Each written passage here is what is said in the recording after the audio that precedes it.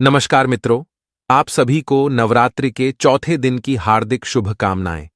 तो मित्रों, आप सभी तो जानते हैं कि हम आपके लिए पूरे 9 दिन नवरात्र में वीडियो देने वाले हैं। जैसा कि आप लोगों को पता है कि आज नवरात्रि का चौथा दिन है, जो माता कुष्मांडा को समर्पित है। आज के इस दिन हम माता कुष्मांडा की कथा सुनेंगे और इसकी पूजा विधि के बारे में भी आप लोगों को विस्तार से बताएंगे और साथ में यह भी बताएंगे कि आप माता कुष्मांडा को कैसे प्रसन्न कर सकते हैं। तो अब हम माता कुष्मांडा की कथा को शुरू करते हैं। तो आज के इस दिन भक्तों को हरे रंग के वस्त्र धारण करने चाहिए, क्योंकि हरा रंग माता को अत्यधिक प्रिय है। और भोग की बात करें तो माता को कुमड़े की मिठाई या पीठे का भोग लगाना चाहिए, क्योंकि पीठा माता कुष्मांडा को बहुत प्रिय है। इसलिए आज के दिन कुष्मांडा माता को पीठे का भोग जरूर लगाना चाहिए। पौराणिक कथाओं के अनुसार जब सृष्टि नहीं थी, तब चारों तरफ केवल अंधकार ही अंधकार था। तब माता कुष्मांडा ने अपने ईष्ट से ब्रह्मांड की रचना की थी। इसलिए इन्हें सृष्टि की आदि स्वरूप और आदि शक्ति भी कहा गया है। मां कुष्मांडा का वास सूर्य मंडल के भीतर लोक में है और सूर्य लोक में रहने की शक्ति क्षमता केवल इन्हीं में है। इसलिए मां के शरीर की कांति और प्रभाव सूर्य की भांति विद्यमान है। उनके ही तेज से 10 दिशाएं आलोकित है। ब्रह्मांड की सभी वस्तुओं और प्राणियों में भी इन्हीं का तेज व्याप्त है। स्थिर और पवित्र मन से नवरात्रि के चौथे दिन में कुष्मांडा माता की पूजा आराधना करनी चाहिए। ऐसा करने से भक्तों के रोग और शोकों का नाश होता है। भक्तों को आयु, यश, बल और आरोग्य की प्राप्ति होती है।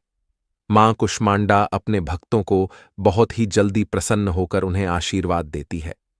माता रानी की सच्चे मन से पूजा करने वाले को अंत में भवसागर से मुक्ति मिल जाती है, अर्थात मोक्ष की प्राप्ति हो जाती है।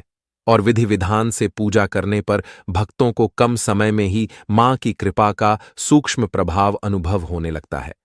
मां कुष्मांडा आदि संकटों से अपने भक्तों की रक्षा करती हैं और अपने भक्तों को सदा सुख, समृद्धि और उन्नति प्रदान करती हैं। इसलिए नवरात्रि के चौथे दिन मां कुष्मांडा की पूजा भक्तों को सच्चे मन से जरूर करनी चाहिए।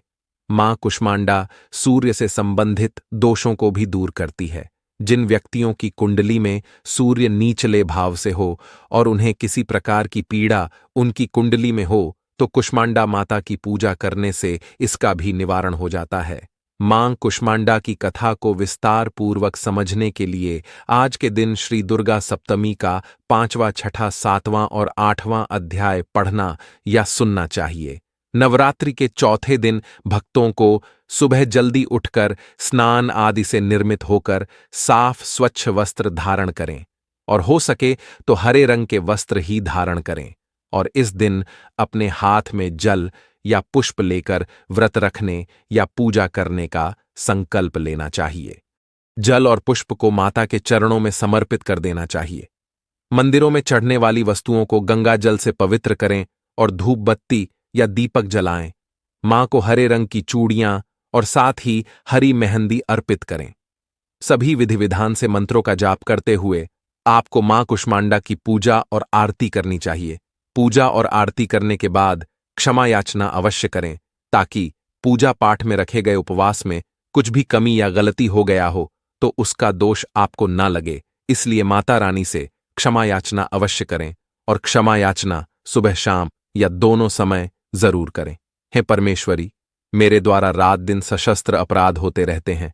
अपना भक्त समझकर मेरे उन अपराधों को आप कृपापूर्वक क्षमा करें।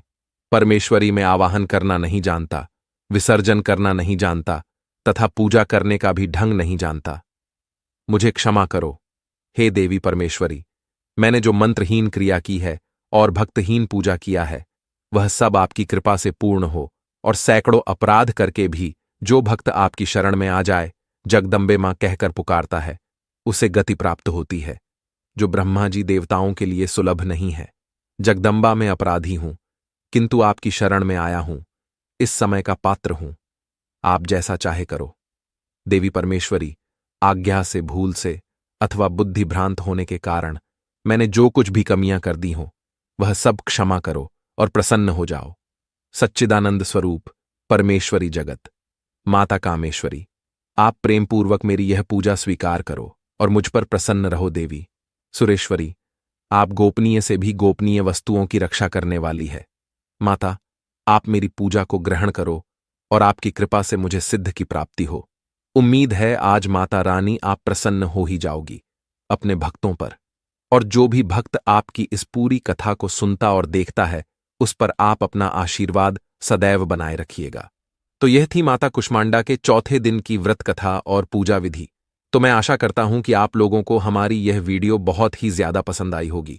अगर वीडियो अच्छी लगी हो तो हमारी वीडियो को लाइक करके हमारे चैनल को सब्सक्राइब अवश्य करें, और ऐसी ही जानकारी हम आप लोगों को देते रहते हैं, इसलिए हमारे चैनल को अपने दोस्तों के साथ भी शेयर करें। अगर आप ऐसा करते हैं तो माता रानी की कृपा आप पर सदैव